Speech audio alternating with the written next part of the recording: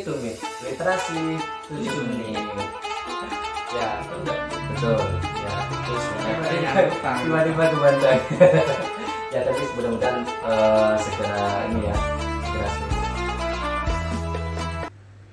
Assalamualaikum warahmatullahi wabarakatuh. Kembali lagi bersama kami di Psikoliterasi segmen Litumit, literasi 7 menit. Ya, alhamdulillah ini sudah episode berikutnya dan ada pertanyaan-pertanyaan lain yang perlu dijawab dan alhamdulillah terima kasih tanggapan dari teman-teman di Instagram. Kami hanya aktif di Instagram, kedepannya mudah-mudahan bisa aktif di tempat lain termasuk di YouTube. Mudah-mudahan ada yang bertanya di YouTube, insya Allah kami tangkap dan kami jawab juga. Begitu ya? Ya, benar Fajri. Ya.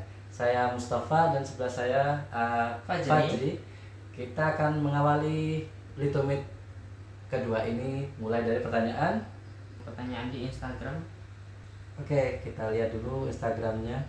Pertanyaan yang kemarin saya tunjukkan ke Ustadz. Ya. Masih ingat?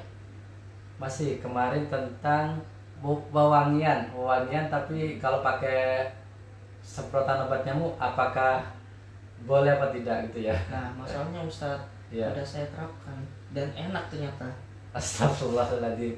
Cuma sekali tapi. Dan itu tidak berbahaya ya? Enggak berbahaya, cuma ya Tidak di muka kan? Tidak saya di kan muka. suka kucing Pak Ustadz gitu. Masalahnya kucing saya nggak mau deket sama saya pas tidur. Biasanya kan saya tidur sama kucing gitu. Nah itu selain menghindari nyamuk juga menghindari teman-teman dan binatang peliharaan lainnya. Nah, itu juga kan tidak baik ya. Ada rasa efek samping nggak dari obat nyamuk yang dijadikan spray pewangi? Saya pakai spraynya itu bukan spray yang besar itu Ustadz. Ah. Ada yang satu produk, saya nggak bisa sebutkan nama produknya ya. Ya. Produknya itu kecil segini, cuma satu kali semprot. Itu tak kasih semprot ke telapak tangan, itu abis itu telapak tangan saya jadi rasa terbakar. Nah, berarti ada efek samping ya. Terus samping Dan sangat berbahaya kalau juga kena mulut itu, berarti ya. Iya, juga kena mulut. Jadi bukan kena mulut sih. Jadi pas aku sering cium itu ujung mulut saya itu terasa kayak dingin gitu. Jadi ini apa? Saya nggak makan permen mint kan, tapi kerasa kayak habis makan permen gitu. Lebih banyak mudaratnya ya daripada manfaatnya, bisa kita tinggalkan. Mending ditinggalkan aja. Kenapa dicoba? Penasaran Ustaz. Mana lagi? Iya. Oke. Hari kedua puasa. Ingatlah, itu semua larangan pasti itu adalah perintah. Adalah perintah. Iya. Itu kata siapa ya? Entah siapa itu. Ya. Oke, silakan. Ada pertanyaan keduanya sudah siap? Ini di pertanyaan kedua saya tadi udah tangkap gitu. Unik juga ini. Jadi ingat yang kita ambil itu ada pertanyaan-pertanyaan yang unik ya. Jadi gini, Assalamualaikum Pak Ustadz, saya ingin bertanya. Salam. Saya punya teman yang mantan pemabuk, tapi alhamdulillah teman saya sudah tobat. Nah, permasalahan begini, biasanya kalau ada pertanyaan gitu, kalau orang udah bilang saya punya teman, pasti dia sendiri. 90%, ya tahu 10% gimana. Suzon ya. Nggak apa-apa. udah maghrib. Ya. Apa? Lanjut. Tapi walaupun sudah tobat, dia sering berkata padaku kalau dia kangen rasa miras dan efek sampingnya.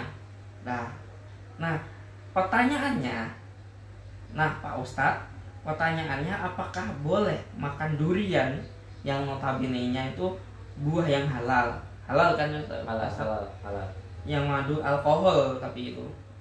Tahu sendiri kan kalau durian punya alkohol gitu, meskipun sedikit. Tapi dia itu makan durian sebanyak 5 buah, bukan 5 biji loh ya, 5 buah gitu, untuk menahan perasaan ingin mabuk teman saya. Apakah boleh Pak Ustaz? Iya. Gimana Pak Ustaz? Ya, kok bisa ya ada orang yang sudah tobat tapi kangen masa-masa miras? Berarti nggak tobat nasuha. Iya. Tobat ya. Iya, belum tobat. Jadi itu Cari alternatif lain ya selain dengan itu, maksudnya gitu ya. Kalau dia itu maksudnya tobat apa itu Pak Ustaz? Ya itu. Padahal untuk tobat nasuha itu setelah tobat benar-benar tidak ingin merasakan lagi seperti itu. kalau tobatnya seperti itu berarti tidak rindu surga. Alhamdulillah ya, kita juga rindu surga ya. Kalau pernah dengar viral itu di Instagram, ada orang yang ingin mencicipi apa gitu di bulan puasa, silakan kalau tidak ingin surga gitu ya. Silakan tidak ingin mencicipi surga dan sebagainya. Nah, untuk sahabat yang tadi yang temennya ya, kita husnuzon ya, temennya yang bertobat tapi masih ingin merasakan hal seperti itu, mohon ditemani, didukung supaya menghindari hal-hal seperti itu. Karena kalau tobat nasuha, sekali bertobat mending tidak memikirkan itu lagi dan tidak ingin merasakan itu lagi dengan cara apapun. Mending ya, lebih baik ya, sama aja sih, sama saja. Jadi bisa tobat nasuha, benar-benar tobat, kecuali memang dia tidak tahu ya kalau durian mengandung alkohol. Tapi kok dia tahu kalau dia bisa mabukkan alkohol, pengen mabuk gitu ya. Ada risetnya sudah Pak Ustaz. Iya, lah berarti kan sudah tahu, oh ini bisa jadi alternatif untuk mabuk. Iya. Tapi saya punya pertanyaan dari saya sendiri Pak Ustaz. Iya.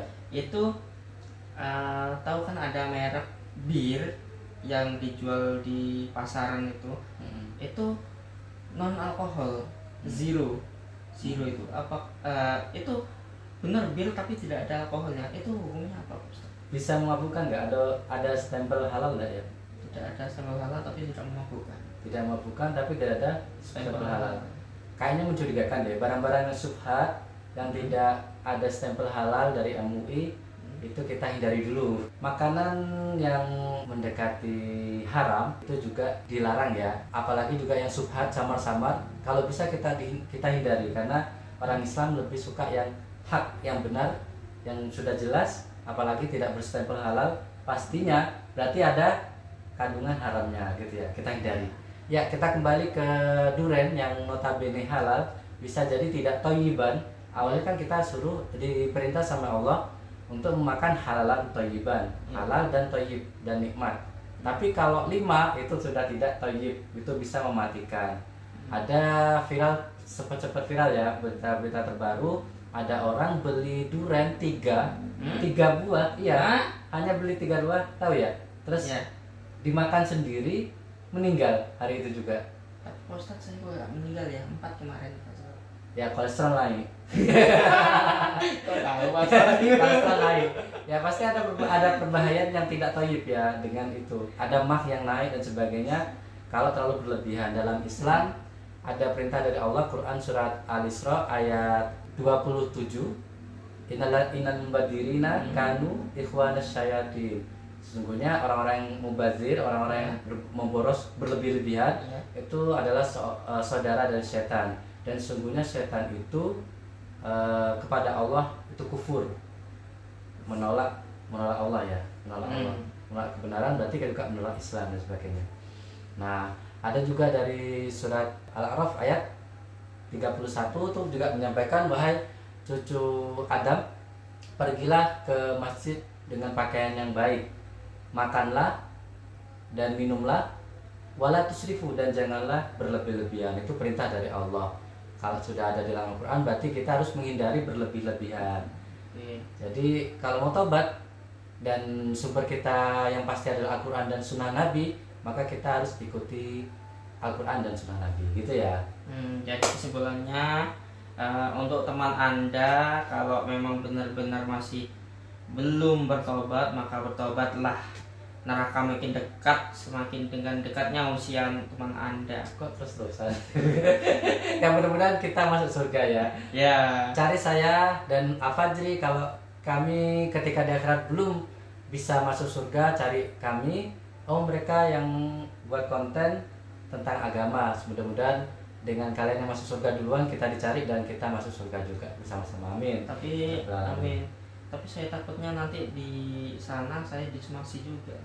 Wah. Seorang Allah itu bersama prasangka hambanya. Kalau hambanya berprasangka untuk disomasi, silakan. Subhanakallahumma wa bihamdika asyhadu an la ilaha illa anta astaghfiruka wa atubu ilaik. Terima kasih. Wassalamualaikum warahmatullahi wabarakatuh. Little Meet, literasi 7 menit. Ya, betul. Ya, terus tiba-tiba ke Bandung. Ya, tapi mudah-mudahan segera ini ya, segera